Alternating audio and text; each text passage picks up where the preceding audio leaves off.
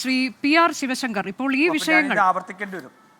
വിഷയങ്ങൾ ഇപ്പോൾ ഈ പറയുന്നത് പോലെ ദേശീയപാത അതൊരു പ്രധാനപ്പെട്ട വിഷയമായി ഉയർത്തിക്കൊണ്ടുവരികയാണ് UDF. അതിലൊരു അന്വേഷണം വേണമെന്ന് പറയുന്നു. നമുക്കറിയാം കൂരിയാട് എന്നൊക്കെയുള്ളത് ഈ പ്രദേശത്തെ ഈ തെരഞ്ഞെടുപ്പുമായി ബന്ധപ്പെട്ട് നമ്മൾ പറയേണ്ടുന്ന ഇടം തന്നെയാണ് എന്നതും താങ്കൾക്കറിയാവുന്നതാണ്. അത് ഒരു പ്രധാനപ്പെട്ട വിഷയമായി അവർ ഉയർത്തിക്കൊണ്ടുവരുമ്പോൾ ഈ ദേശീയപാത NH-66 നിർമ്മാണത്തിൽ ഇപ്പോൾ പലയിടങ്ങളിലായി കണ്ടിട്ടുള്ള അപാകതകളെല്ലാം ചൂണ്ടിക്കാട്ടപ്പെടുകയും അതിൽ വന്നിരിക്കുന്ന അപാകതകൾ എന്ത്, അതിലുള്ള ഉത്തരവാദിത്തം ആർക്ക്, ഇതെല്ലാം ഈ തെരഞ്ഞെടുപ്പിലൊരു വിഷയമായി വരികയാണ്. ഒരു പക്ഷേ ഒരു വൈഡായിട്ടുള്ളൊരു സബ്ജക്റ്റാണ്, പക്ഷേ അത് ഒരു വലിയ വിഷയമായി വരികയാണ്. ഇത് നിങ്ങളെ പ്രതികൂട്ടിലാക്കുന്ന തരത്തിലേക്ക് ഈ പ്രചാരണം കടക്കുമെന്ന് നിങ്ങൾ ആശങ്കപ്പെടുന്നുണ്ടോ? നിങ്ങൾക്കിത് തിരിച്ചടിയാകുമെന്ന് നിങ്ങൾ കരുതുന്നുണ്ടോ, അഡ്വക്കേറ്റ് PR ശിവശങ്കർ?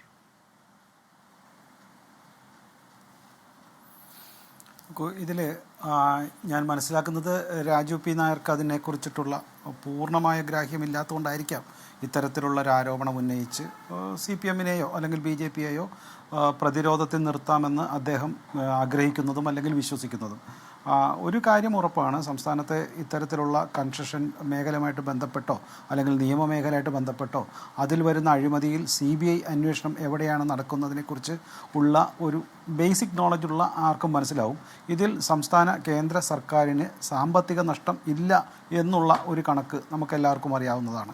ഇത് കേന്ദ്രം അല്ലെങ്കിൽ സംസ്ഥാനം ഏത് കൺസ്ട്രക്ഷനായാലും അത് തീർന്ന് കംപ്ലീഷൻ സർട്ടിഫിക്കറ്റ് കൊടുക്കുമ്പോൾ മാത്രമേ അതിനുള്ള ഫണ്ട് കൊടുക്കുകയുള്ളൂ. കംപ്ലീഷൻ സർട്ടിഫിക്കറ്റ് കൊടുത്താലും ഈ സംസ്ഥാനത്തെ നാഷണൽ ഹൈവേക്ക്, സംസ്ഥാനത്തെ രാജ്യത്തെമ്പാടുമുള്ള നാഷണൽ ഹൈവേക്ക് 5 ഇയർ ഗ്യാരണ്ടി പീരീഡും കൂടിയുണ്ട്.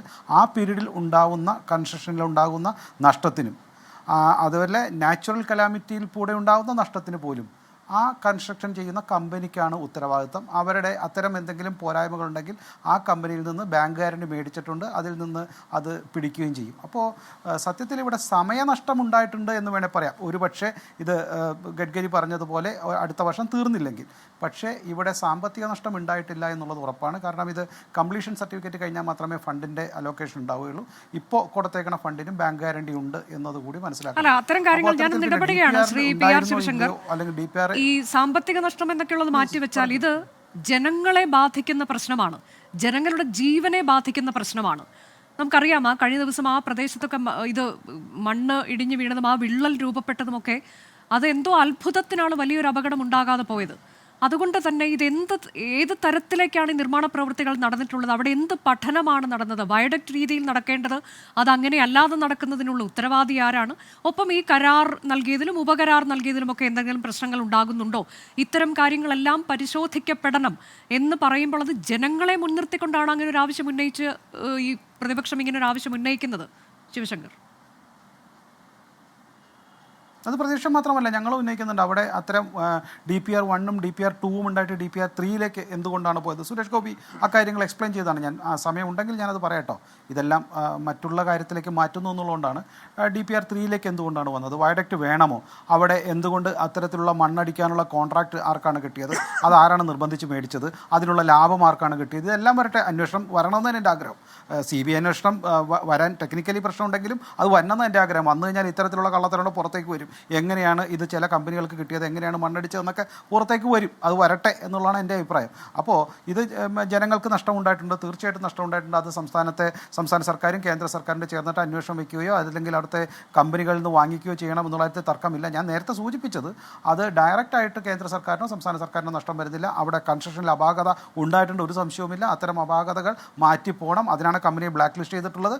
അതിന് മറ്റു രീതിയിലുള്ള, ഇപ്പോൾ ഈ ശ്രീധരൻ സാറിനെ പോലുള്ള ആളുകൾ പറഞ്ഞ പോലെയുള്ള എന്തെങ്കിലും പുതിയ തരം ടെക്നോളജി ഉപയോഗിക്കുകയോ അതിൻ്റെ കൺസ്ട്രക്ഷൻ മെത്തേഡ് മാറ്റുകയോ DPR തന്നെ മാറ്റുകയോ അതിൻ്റെ ലൊക്കേഷൻ മാറ്റുകയോ ചെയ്യണമെങ്കിൽ ചെയ്യണം എന്ന അഭിപ്രായം തന്നെയാണ് എല്ലാ രാഷ്ട്രീയ പാർട്ടികൾക്കും BJPക്കും ഉള്ളത്, ഒരു സംശയമില്ല.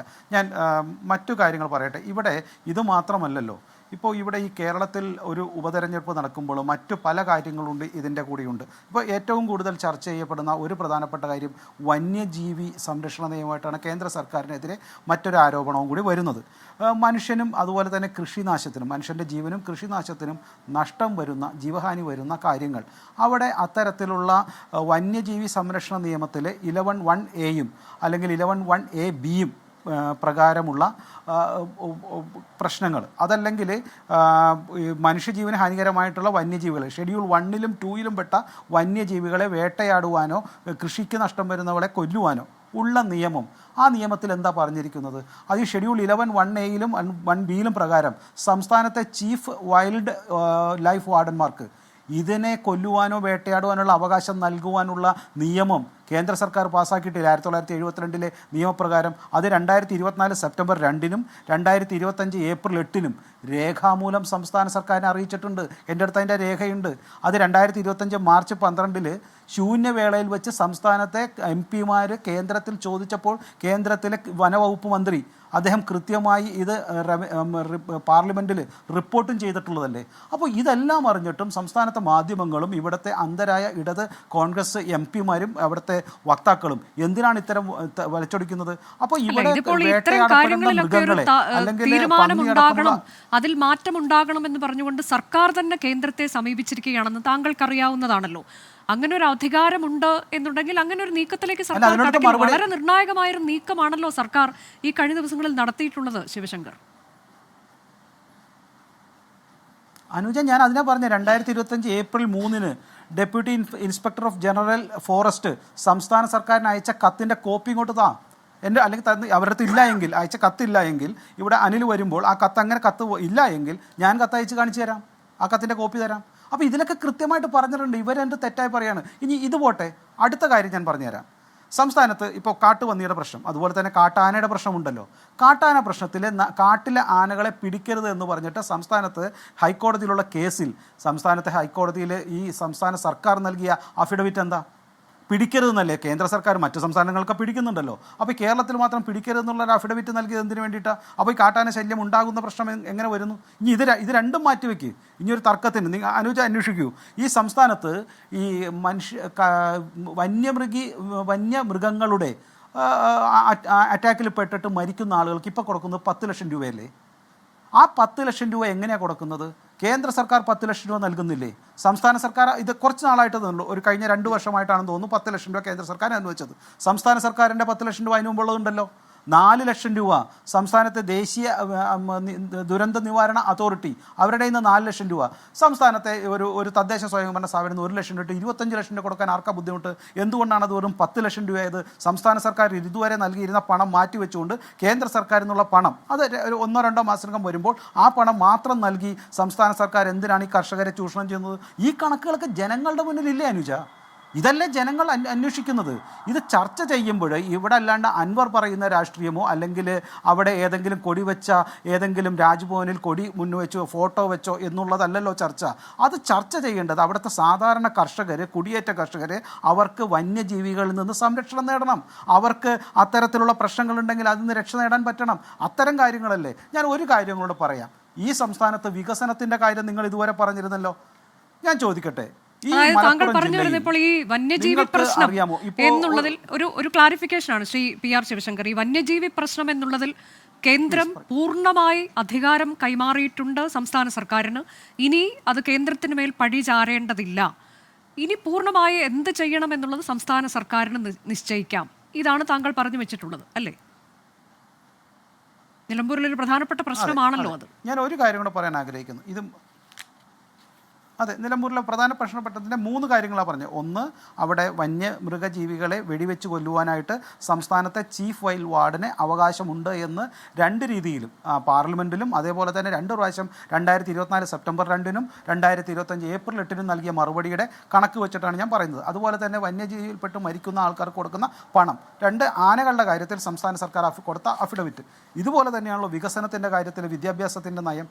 ഈ വിദ്യാഭ്യാസ നയത്തിൽ എങ്ങനെയാണ് ഈ മലപ്പുറം ജില്ല രൂപീകരിച്ചിട്ട് പോലും അവിടുത്തെ പിന്നോക്ക വിഭാഗങ്ങൾക്ക്, പ്രത്യേകിച്ച് SNDP ട്രസ്റ്റിന് അവിടെ 100 എയ്ഡഡ് സ്കൂളുകളുള്ള സ്ഥലത്ത് എന്തുകൊണ്ടാണ് അവർക്ക് ഒരൊറ്റ സ്കൂൾ പോലും ഇല്ലാതായത്? ആ കണക്കുകൾ പറയുമ്പോൾ ആരാണ് ഇത്ര വിഷമിക്കുന്നത്? 100 എയ്ഡഡ് സ്കൂളുകളുണ്ട്, SNDPക്ക് ഒരൊറ്റ സ്കൂളില്ല. പെരിന്തൽമണ്ണയിൽ ഒരു സ്വാശ്രയ കോളേജ് മാത്രമേ ഉള്ളൂ. കേരളത്തിൽ തന്നെ 7,277 എയ്ഡഡ് സ്കൂളുകൾ ഉള്ളിടത്ത് അത് ആവർത്തിക്കുകയല്ല, യഥാർത്ഥ കണക്കുകൾ പറഞ്ഞതാണ്. അത് അദ്ദേഹവും പറഞ്ഞു, ഞാനും പറയുന്നു. അപ്പോൾ ഏതാണ്ട് 9 ലക്ഷം കുട്ടികൾ പഠിക്കുന്നിടത്ത് വെറും 10,000 കുട്ടികളാണ് ഇത്തരത്തിലുള്ള സ്കൂളിൽ പഠിക്കുന്നത്. അപ്പോൾ ഇത് അല്ല, എന്താണ് കാരണമെന്നാണ് താങ്കൾ പറയുന്നത്? ഒരു പിന്നോക്ക വിഭാഗത്തിന് അത് ദളിത് ഈ ഇരു മുന്നണികളും വർഷങ്ങളായി മലപ്പുറം ജില്ലയിലെ ഒരു പ്രത്യേക വിഭാഗത്തിനെ മാത്രം പാലൂട്ടി വളർത്തുന്നതിൻ്റെയും അവർക്ക് മാത്രം കാര്യങ്ങൾ ചെയ്തു കൊടുക്കുന്നതിനും കാരണമാണ്. ഞാൻ അവരുടെ കണക്കുകൾ പറയുന്നില്ല. പക്ഷേ ദളിത് പിന്നോക്ക വിഭാഗങ്ങൾക്ക് വേണ്ടത്ര രീതിയിൽ നീതി ലഭിക്കുന്നില്ല. അത് കൃത്യമായി വിദ്യാഭ്യാസത്തിൻ്റെ കാര്യത്തിലായാലും ജാതി നിർണയിച്ച് അവിടെ ഒരു ഭൂമി സർവേ നടത്തട്ടെ, ആർക്കാണ് അവരുടെ ഭൂമിയുടെ നിർണയാവകാശമെന്നും ഭൂമിയുടെ ഉടമസ്ഥാവകാശമെന്നും സർവേ നടത്താൻ തയ്യാറുണ്ടോ? അപ്പോൾ ഒരു വിഭാഗം പൂർണ്ണമായി അവഗണിക്കുന്നു, കർഷകരെ അവഗണിക്കുന്നു, കുടിയേറ്റ കർഷകരെ അവഗണിക്കുന്നു, ദളിത് പിന്നോക്ക വിഭാഗങ്ങൾ അത് എല്ലാ കാര്യത്തിലും, അത് സാമ്പത്തികമായ കാര്യത്തിലായാലും വിദ്യാഭ്യാസത്തിലായാലും അവഗണിക്കപ്പെടുന്നു എന്നുള്ളത് ഇരു മുന്നണികൾക്കും പൂർണ്ണമായി തുല്യമായുള്ള അവരുടെ അവഗണനയുടെ ഭാഗമാണ്, ഈ സംസ്ഥാനത്ത് അനുഭവിക്കുന്ന ഭാഗമാണ്. ഇതാണ് അവിടെ ചർച്ച ചെയ്യുന്നത്. ഇതാണ് അവിടുത്തെ പാവപ്പെട്ട ജനങ്ങൾ അന്വേഷിക്കുന്നത്. അല്ലാണ്ട് പിന്നെ പെൻഷൻ്റെ കാര്യത്തിൽ ഇപ്പോൾ ഇവിടെ ശ്രീ രാജു പറഞ്ഞല്ലോ, നിങ്ങൾക്ക് പോയപ്പോഴത്തേക്ക് 800 കോടിയേ ഉണ്ടായിരുന്നുള്ളൂ കടം എന്ന് അദ്ദേഹം തന്നെ സമ്മതിക്കുന്നു. പക്ഷേ UDF സർക്കാർ പോയപ്പോൾ 800 കോടി രൂപ പെൻഷൻ പെൻഡിങ് ഉണ്ടായപ്പോൾ അവർ ചെയ്തെന്താണെന്നറിയാമോ? 690 കോടി രൂപയുടെ ഒരൊറ്റ കോൺട്രാക്ടർ ഒരൊറ്റ കമ്പനിക്ക് കൊടുത്തിട്ടാണ് പോയത്.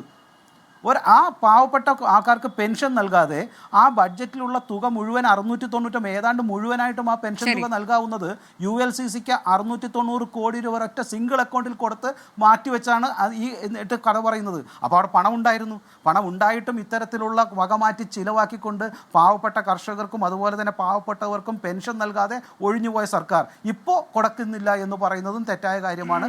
അതുകൊണ്ട് ഒരു സംശയവുമില്ല, ഈ കേരളത്തിൻ്റെ ഉപതെരഞ്ഞെടുപ്പിൽ ഇന്ന് ജനങ്ങൾ ചർച്ച ചെയ്യുന്നത് ഇവിടെ പാവപ്പെട്ട കർഷകർക്ക്, കുടിയേറ്റ കർഷകർക്ക്, സാധാരണക്കാർക്ക് വിദ്യാഭ്യാസമില്ലാത്തതും വന്യജീവികളുടെ ആക്രമണത്തിൽ നിന്ന് അവരെ രക്ഷിക്കാത്തതും കുടിയേറ്റ കർഷകർക്ക് അത്തരത്തിലുള്ള പ്രശ്നങ്ങൾ എങ്ങനെയാണ് നേരിടുന്നത് എന്നുള്ളത് മാത്രമാണെന്ന് ഞാൻ വിശ്വസിക്കുന്നു.